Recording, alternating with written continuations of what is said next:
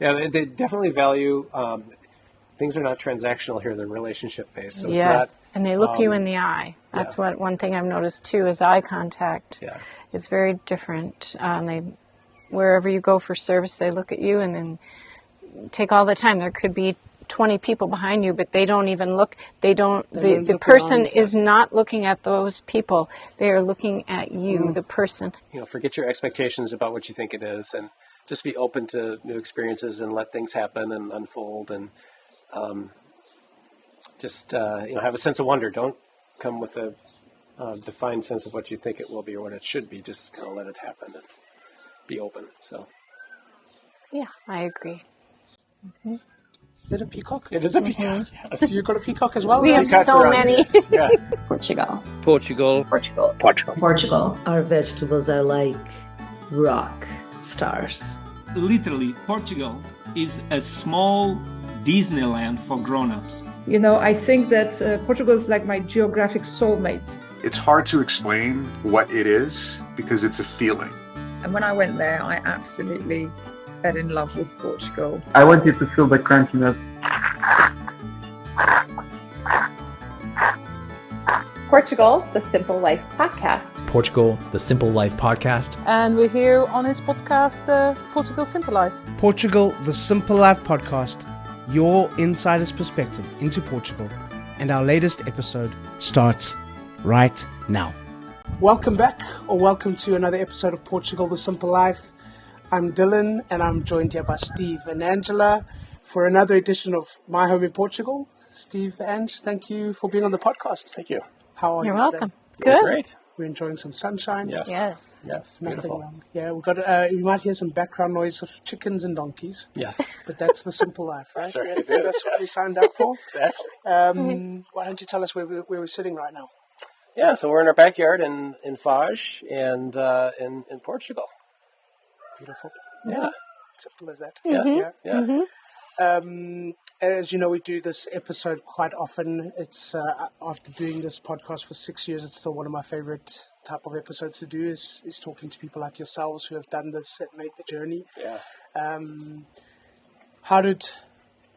Just tell us a bit about yourselves to start with. Sure. My career, I was a nurse in the U.S., and I recently retired. Just been about 3 months ago. So after a long career in cardiac nursing, that's stressful. Intensive care, that kind of thing. So yeah. I was a consultant and helped people install computer systems at their companies.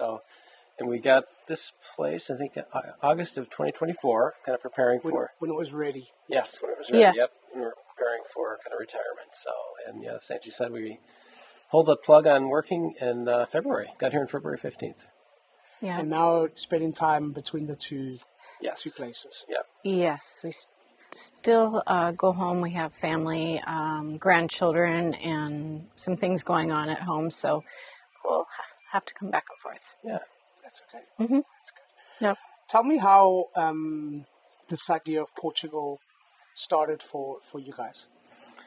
Yeah, so we, Angie and I did a fair amount of travel around Europe, but got as close as Spain, and we're just thinking about, an adventure when we retire and where we could go, and just started doing some research, and Portugal kept kind of popping into our research, and the more we learned about it, the more we really thought this would be a great place. And so then we came and did a couple scouting trips and kind of tried to narrow down where we might want to potentially, have a place, and found our way to you, and here we are. What was the idea of Portugal more like what you're doing now, kind of a holiday, semi-permanent destination, or did that idea evolve as the years have progressed? I think it was probably kind of a goal. I think it allowed us to maybe retire a little bit earlier than we anticipated, just because it's a bit more affordable than trying to retire in the U.S. Okay. Healthcare in particular. And I think the more we spent here visiting and touring, the more we thought we would like to spend more time here. So, yeah. Did it? I mean, we don't have to get like too political or anything, but is there changes in what's going on back home which led to this also being more of a permanent to semi-permanent move? Yes, absolutely. Yeah, for sure. I think that definitely weighed into our decision making, and we sometimes wish that we could just bring the whole family over here. So Yes. grandkids. The quality of life is very different here. It's safer. It feels safer. It's more peaceful. We don't have to deal with a lot of the very sad things that are going on or continuing to go on at home. In particular, gun violence and such. So, because when you talk about wanting to enjoy your retirement, and I mean, it's interesting that you said you're able to do this earlier because of Portugal. But in terms of wanting to enjoy your retirement, and when you're planning for this, what were the things that you were looking at in a place that were important for you? I think about our original thought. I think was to live in Lisbon, and just because we wanted to be, in what we thought was like a busy city and lots of activities, but walkable. Walkable, yeah. I think we were looking for. Well, actually, we didn't know until we've lived here longer. But just having everything right in our little community, our town, everything we can walk to.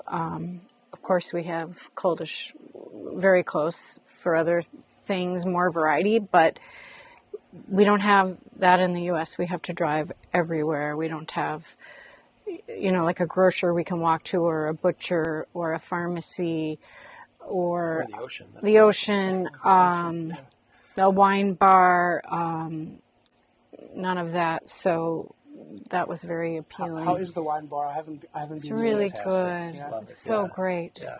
Wonderful. So he does wine tastings once a month. So you tasted some yes, wines. yes, and learned a lot about Portuguese wines, and he's just a great guy that runs it. So, very nice. Yeah. But just being able to walk and being able to walk safely around at all times of day or night or whatever, it's just refreshing. And I think the other thing we wanted that we recognized here in Faj is that we didn't want to move from the U.S. and then go to like a U.S. community in another country. We wanted to really get immersed in the culture, and I think this isn't as touristy as some of the other kind of coastal cities. It's there's still a lot of locals that have lived here for a long time, and it's fun to get to know them. And people have been very warm and welcoming. So very friendly. Let's take us back. Let's take you back to starting the whole search. You mentioned initially you were looking at Lisbon. You obviously started to dig deeper into the what's and the where's and the hows. Yeah. How did that all? Take us through how that all evolved, and how you ended up looking at this area. Yeah. So we you go ahead. Here. But so we took a number of trips here. Our first trip we stayed for a week in Lisbon, and we really enjoyed it. It was beautiful. It was fun. And then we went inland a little bit. We spent some time in Tomar, and that was. We looked at a couple places there and really thought that might be it. I really liked it. I did too. Oh, it's stunning. Yeah. We even looked at a place somewhat similar to this architecture. And then I think I was watching your podcast, and I found out a little bit more about this area. And I'd always heard about Silver Coast, and I thought before we made any long-term decisions that we wanted to make sure that we kind of looked at all the potential areas. So we met with you. I think initially it was over the a Zoom call. Yep, we were in the U.S. Set up some time with you for our next visit, and I think I remember we toured or went to kind of 3 sites, and this was the last one. And we came down the hill overlooking the ocean, and I was like, that was the lagoon. That was pretty much it. Yeah, after we saw that view. Right. Yes, you were looking. I mean, you're from Minnesota. Yep. I do have something a bone to pick with you. So you very kindly a few years ago gave me a Minnesota Vikings cap. I use it a lot. Yeah, good. But I've received verbal abuse. Really? Oh my gosh! From Packer fans? Those pesky Packer fans. They're everywhere. We were doing a walk, not far from here. Yeah.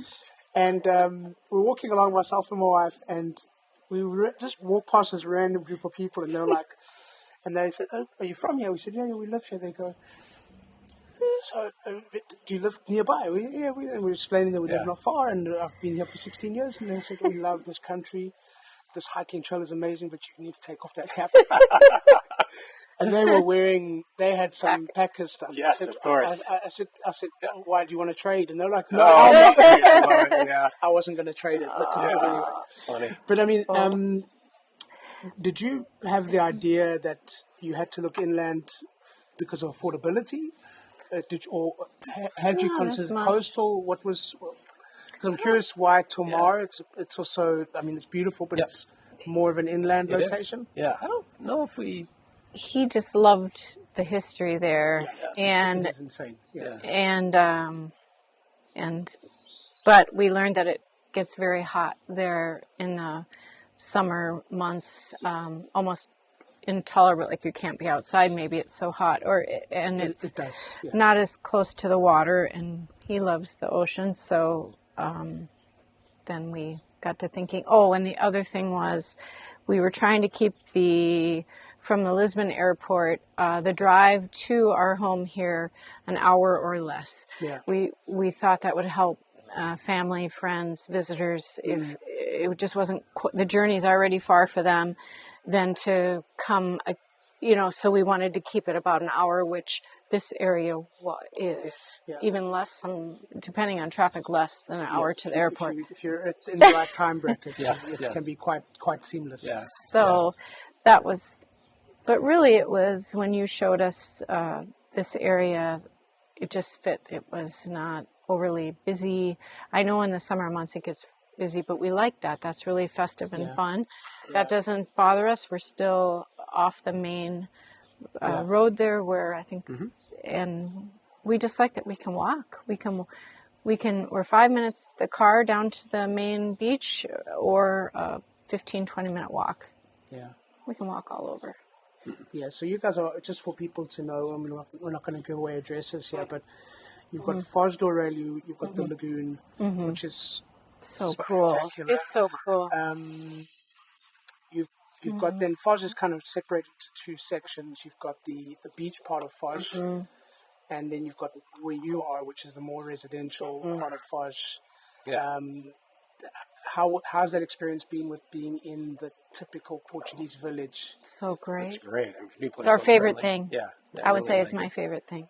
It's got the right mix of kind of gritty in a good way. There's some buildings that have been here for a long time and show their age, and then there's some newer buildings, and there's been a lot of people that have kind of fixed their building up, and so a lot of good work going on. Yeah. Let's go. So let's jump back. You've been to Tomar. It was then after that that we got in touch, right? Yeah. And I do remember very clearly that you had been to Tomar and that you had been to Lisbon. Yeah. What was it on paper about this whole region that you thought, okay, we're going to get on a plane again? Because it's not like you're coming from Europe, like a lot of our other clients. You're coming from far away. I mean, how far is it to fly?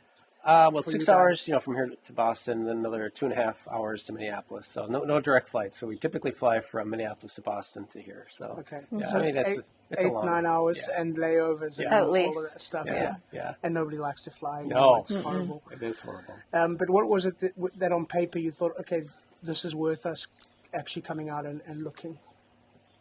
Yeah, I think probably even leading up to that, just our previous trips to Europe and kind of traveling around,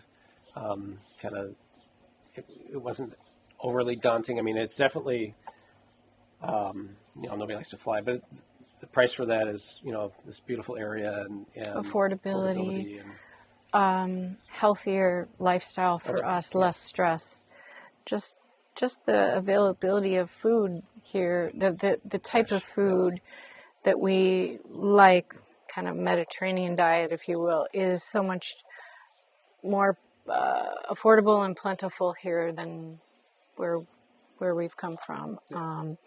But also, Steve is fascinated with Portugal. He has been since we met. And the history of it. He knows so much about the history and is still loving the history. I mean, I can't tell you how many books he's read about Portugal, and he appreciates it. And really, it was his dream to move here, and he'd like to live here full time. And right? I mean, so there's definitely he's holding back. definitely our ties to the U.S. We'd like everyone to come here if they could, but it's not possible, at least right now, anyway. Yeah. And so. Yeah.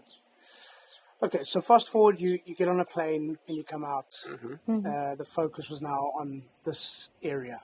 We had the Zoom call. I had a good conversation with you guys, trying to understand more or less what you're looking for. First impressions when you got to the area, did the description match? Absolutely. What was inside the can match the description? Yes. Yeah. Even better. Yeah, it was better than the glossy brochure. I mean, I think just the dramatics of the cliffs and the ocean right there, in the beach and the lagoon. It's so different from where we are. I don't think you can get further from the ocean than Minneapolis. I mean, it's kind of all directions.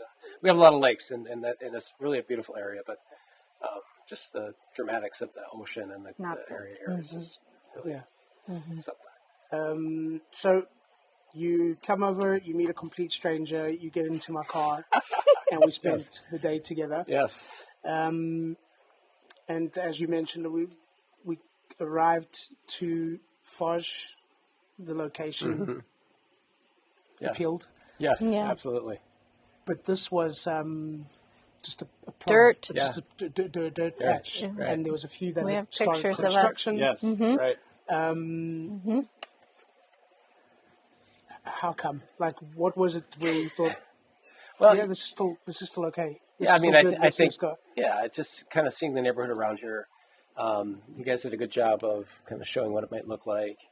And we, the U.S. had built 2 houses with builders before, kind of from empty lots. And so that wasn't too scary. Yeah, that wasn't too scary to make the leap. It is a leap of faith, building a house in general, but building a house from the U.S. in another country, that definitely is a leap of faith. But it wasn't, just the idea of it wasn't too daunting. I mean, I could kind of see the vision. And the way you presented it and described it seemed very doable, and it was. And that all of that went very smoothly.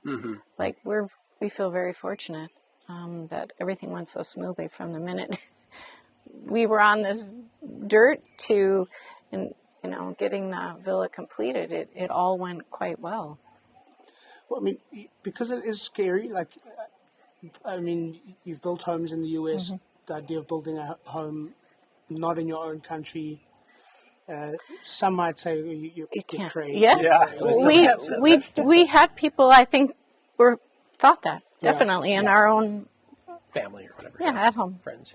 What were the things that made it easier for you in terms of the whole setup and how it all worked in the process? I think just having a good idea of kind of the timeline. You laid out the timeline and what happens and when, and the foundation goes in this date and next comes this. So it seemed to me that it was pretty organized, and it was almost probably happening a little faster than we wanted to begin with. But that's pretty unusual when you build a house, is that it's done when they say that it's going to be done, and that happened here. So that was good. Yeah. I think everything must have cooperated for the builder and the weather, and we were very fortunate. I know that doesn't always happen, and there's delays and things, but we didn't have many, if any. So I think that's a little bit unusual, and the communication with Tanya was good, and I mean, Tanya, you had kind of people that were going with you along the way. That must have been an important very part of it. You have to have that, and you have to feel secure about that. Still a leap of faith, though. It's still a lot of trust. We're far away. We couldn't be here watching. progress reports must have been. Getting the yes, monthly the progress videos, reports pictures, must have yeah, been. oh, it was It was huge. fun. Yeah, that was important for sure. And we did connect with some neighbors, Oh, yeah. Barb and John. Yes. And, that was very helpful too, because they had already, they were telling us, further along, Their house and they were one of the earlier. yes, and so that was a good feeling to know. Then we started getting to know a few of the other people that had bought, and we're on we did take a couple trips here during the construction Yeah, process, so we could yeah. see it. Yep. Yep, we So it's came Brought your mom. when it was almost finished. So again, that was really building confidence, once we saw it, and yeah. Amazing. Between my job as a realtor at Portugal Realty and hosting this podcast, life is pretty busy. But lately I've been receiving so many messages from people that want to know more about buying property here on Portugal Silver Coast that I've got to do something about it. So starting now, for subscribers only, I'm offering up a 30-minute session per day. That's 5 30-minute sessions for a one-on-one meeting to talk about buying property here on Portugal's beautiful Silver Coast. This is for subscribers only. So please subscribe to book your session and get in touch with us through the links below via WhatsApp or email to book your session today. I'll be happy to speak to you. It's for subscribers only and it's completely free. Fast forward, the house gets finished on time. Yes. Yes. Yeah, finished on time. Yeah, and yeah, you're right. Early on, we thought, that's probably going to happen a little too soon. Our timeline wasn't quite at that speed, but it worked out. Yeah. Because the process was helpful for you guys from a timing perspective as well, because it was by the plot and it was the stage payment process. Yep. And it helped for timing as well as not just financially, but also from when you'd be ready to start using it. Exactly. Right? Because we were downsizing at home as well. We moved from... We had some moving parts. So there was some selling a moving house, parts, buying another a smaller house, then getting this place. Yes, and transitioning to thinking about when we would stop working. So, was all of that was in the works. Happening at the same time. time Yep. while you're building a house in Portugal. Yeah. Yep. Take us to the moment that you arrive here, everything's done. How was that? How did that feel? Surreal, I think. Yeah, I remember we showed up, I think on the day of the inspection, we were going to take delivery, and we went down to the beach, had lunch, and met Tanya, and I think we hadn't slept at all. So we were a little, not jet lagged, but we literally hadn't slept. Yep, and we had to do the walkthrough. But it was great. It was surreal. It just didn't it's hard to believe it actually happened. So yeah, but it was good. It was a good feeling. Amazing. Fast forward 2 years now. House delivered in 24. We're now 26. Wow. How's it been?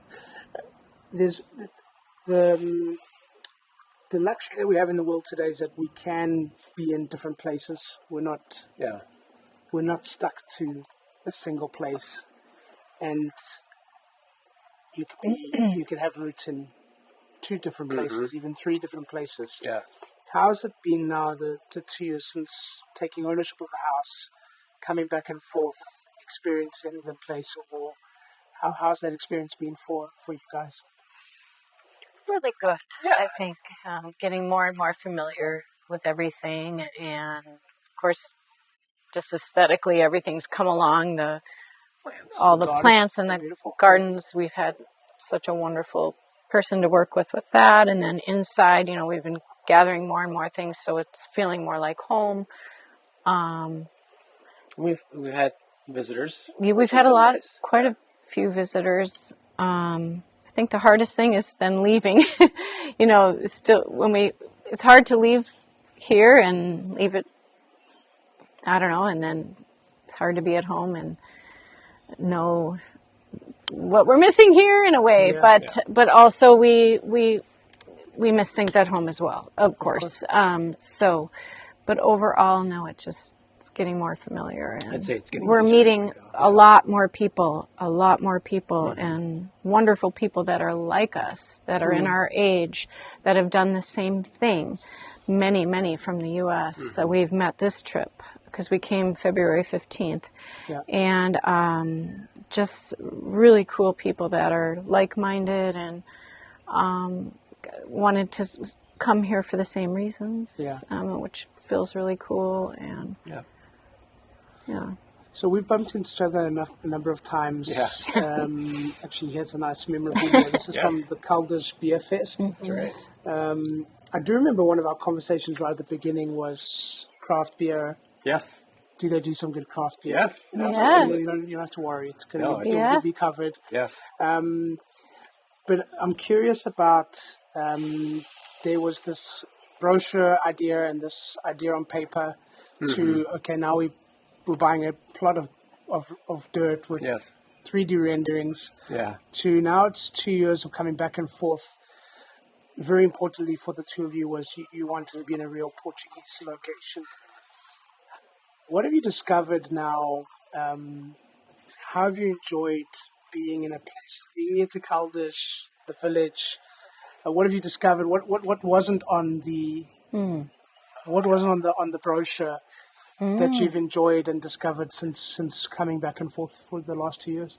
Well, I mean, I there's so many like hidden gems of like we just kind of stumble across these like little restaurants or cafes or whatever, and have these amazing meals with people running these restaurants that are just so friendly and warm, and so that's been just great. I think the other thing that wasn't on the brochure was kind of just community, just kind of getting to know people and all the events that are going on. Like, There's something you cannot be bored. There's soup festivals. There's We've been to one. We're going to another one this weekend. Yeah. Which one are you going to this weekend? The one in Mount Olive. Mount Olive. Yeah, it's in Caldas here. Okay. So, or is it not a Nadador? Well, anyway, either one, yeah. there's many types of festivals, music, just antique show. I mean, just something, flea markets on huge scales. What else? Hiking. A lot more hiking than I ever dreamt of. We can hike here or just very close car ride. So that's been great. Some dinosaur tracks hiking. Yeah. Crazy. Yes. In Salida de Porto, those ones? Yeah. Or between San Martino and Nazaré, there's a trail along the cliffs here, and there's some. But I know there are some up there too. Yeah. Salida de Porto, but yeah. Yeah, those ones. I'm a dinosaur believer. Yeah. So, but those aren't that for me. Myself and my 8-year-old son don't think those are. Oh, really? dinosaurs. Okay. Interesting. But it's worth the hike because it's beautiful. Yeah. Well. Yeah. And just all the. I didn't know that they were between San Martino and Nazaré. I need to check that out. Yeah.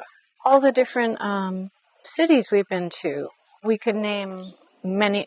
We just get in the car and go all over, and You're in Loria for been there quite a few times. kind of an initial doctor appointment just to establish care, and we had time between two appointments, and we were looking for a place to eat, and we walked maybe 100 meters to this little restaurant that is like a one-person restaurant. This one person takes your order, makes the food, brings.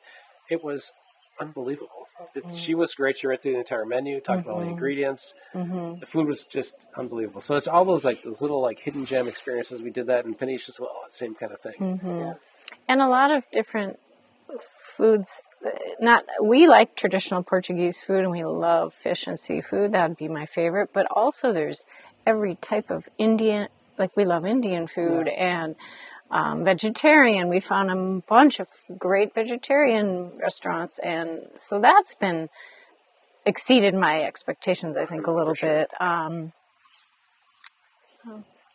Amazing. What's some of the places that you visited? Towns, or that you've enjoyed. We just had friends in town. Went to Porto. That was fun for two. We went to Tomar with them also. Again. We've been down to the Algarve. We've been Coimbra.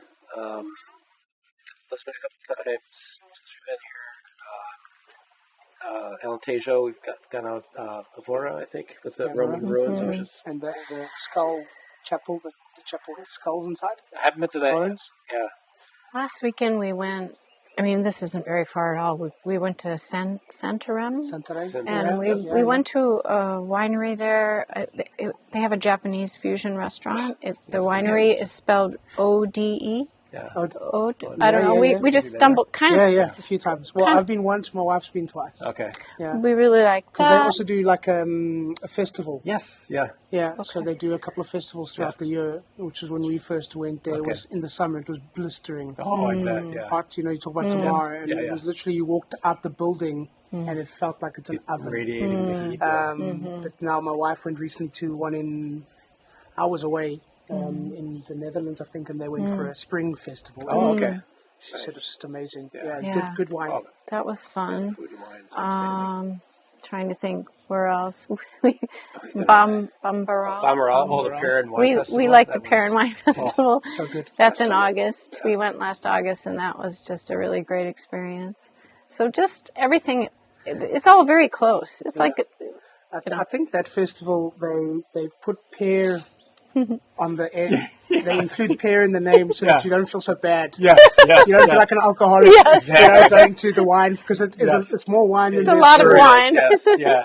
It should be wine in for the festival. Yeah. Wine, and we have some pears if you want. Yes, exactly. Yeah.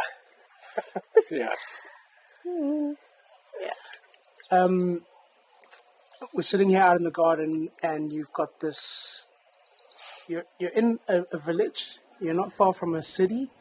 But you've got this beautiful peace and quiet. We joked about the chicken and the donkey. Yes. How does it feel to you coming here from the US in terms of just the pace, the peace, the quiet? You mentioned how safe it feels. Because we live in a world where it's a crazy world at the moment that we're living in. How does it feel when you are able to come here? I think you can, there's this like built-in news cycle in the U.S. that builds tension up, and I think when you come here, that just goes away. I'll be curious. We've been here for a couple months now, and 3 months, I think, before we go back. I'll be curious how it feels, going the other way. Once we've kind of geared down here, what it'll feel like going back there. So it's night and day. It's very different.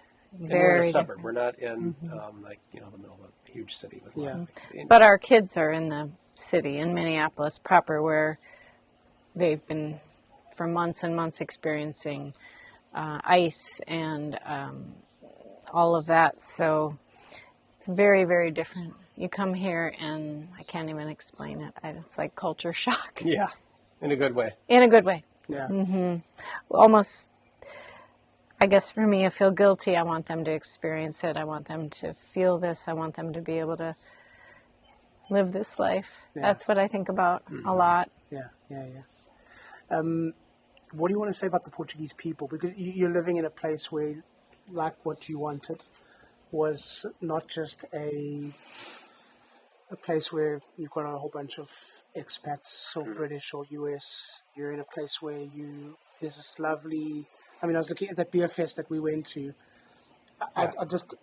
Because I've been here a long time, and it was just such a wonderful thing for me to see people from all over just being happy together, and tables with, you heard British, you heard Dutch, but then you heard the Portuguese, and even then you had a band of guys that, the Four Horsemen, who met each other here and play music here, and they have Portuguese fans, and... what do you want to say about the Portuguese people? Because you've met Portuguese people. Initially, it was the people that helped all of this happen. Right. You mentioned Tanya, and you had other people along the way, and the builder, and all of that. Yeah. The lawyer. But now you've met Portuguese neighbors, and what do you want to say about the Portuguese people? Gracious and respectful, and so kind, gracious, tolerant of us, and us struggling to try and learn Portuguese, and they're just very patient.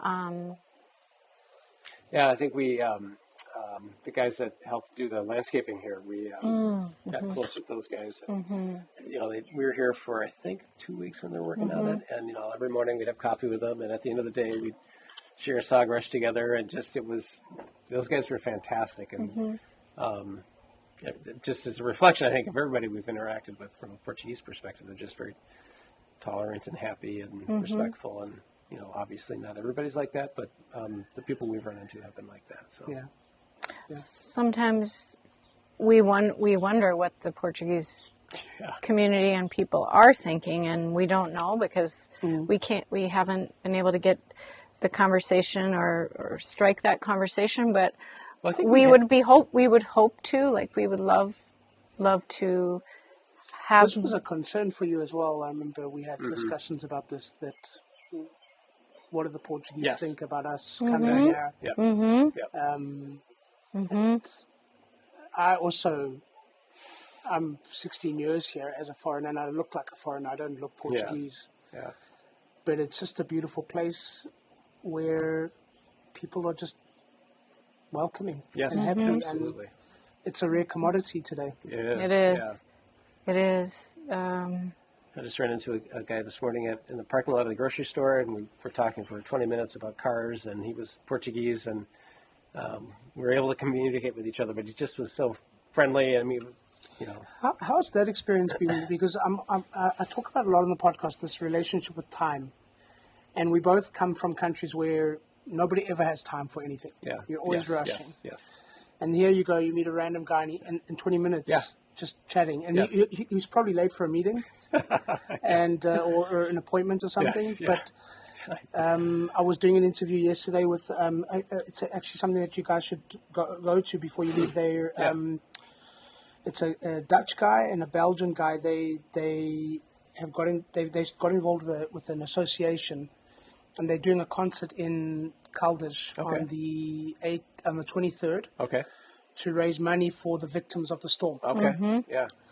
And the lady is a Portuguese lady who runs this association, and she was saying, for us the priority is community and people. Yeah. So often we're late for things, but it's because in every appointment along the way, every chore, or every errand that we're running, it's a conversation. Yes. Yeah. It's okay. Let's just have a quick cup of coffee. Yeah. And it's not a quick cup of coffee. It's a conversation. If you're in the grocery store, Yes. The line goes because the cashier has a conversation. Yes. Right. How the kids did it. Yes. And they don't rush you. Yeah. They give everyone the time that they need. It's not uncommon, and I'm sure you've heard this from other people talk to, but in the U.S., when you go to a restaurant, it's not uncommon for them to say, you have to stay for 90 minutes. That's the starting of it. And also, I must say, because I don't want to bash the U.S., but I found dining in the U.S. quite stressful. But it's also because I'm spoiled because of being here for so long. But every 10 minutes, the waiter's like, are we good here? Yes. Anything else? Yes. And you're like, they do. And here you have to find the person so you can pay. Right. Yes. Complete opposite. Yes. Now we're so used to it now. Yes. And it's wonderful. It takes some time. Used to it. Yeah. It is. Yeah. Yeah. They definitely value. Things are not transactional here; they're relationship based. So and they look you in the eye. That's what one thing I've noticed too is eye contact. Yeah. Is very different. Wherever you go for service, they look at you and then take all the time. There could be 20 people behind you, but they don't even look. The person is not looking at those people. They are looking at you, the person. Yeah. I've witnessed that so many times, and the respect people giving to, especially old elders too, here, I feel is really great. Yep. We've witnessed anyway. What advice would you give to people that are listening and want to do this? Maybe make a move, but maybe also do something that you and many other people are doing. Where we live in a mobile world, we can be back and forth. We can have our grandkids and our families in one place and our happy place in another place and our doctor maybe somewhere else. Yeah. But what advice would you give to people that want to do this? I would say just forget your expectations about what you think it is, and just be open to new experiences and let things happen and unfold, and have a sense of wonder. Don't come with a defined sense of what you think it will be or what it should be. Just kind of let it happen and be open. So, yeah, I agree. Mm-hmm. Is it a peacock? It is a peacock. So you've got a peacock as well? We have Peacocks so around, many. Yes. Yeah.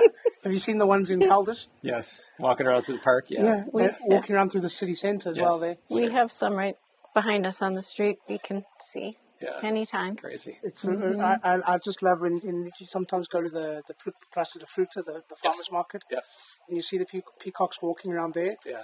And there's some of them that they walk across the zebra crossing and the cars stop Oh, that's great. to let them cross. Do they wave a wing at the car and it goes by? No, they're rude. They're very rude, those peacocks.